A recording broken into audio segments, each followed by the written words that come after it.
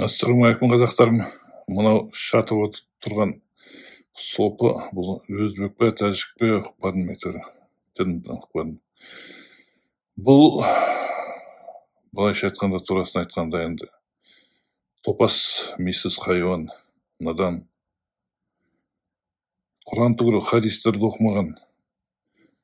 Құранда, хадистерде Аллах айтады, ризық берекетті, ақшаны, байлықты, кедейлікті бәрін тек мен ғана жіберем дейді.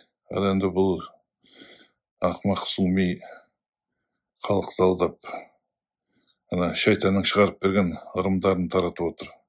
Ырымның бәрін қазаққа шайтан шығарып берген негізі осылай.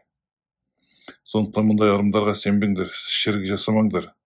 Бәрі Аллахтың қолында, Аллах не бұйырады, Аллах не қылайды, тек сол ғана болады. Odan da Kur'an'da okunglar, hadislerde okunglar. Bir gece süpürmek fakirlik getiriyor diyorlar. Bu doğru mudur hocam demiş.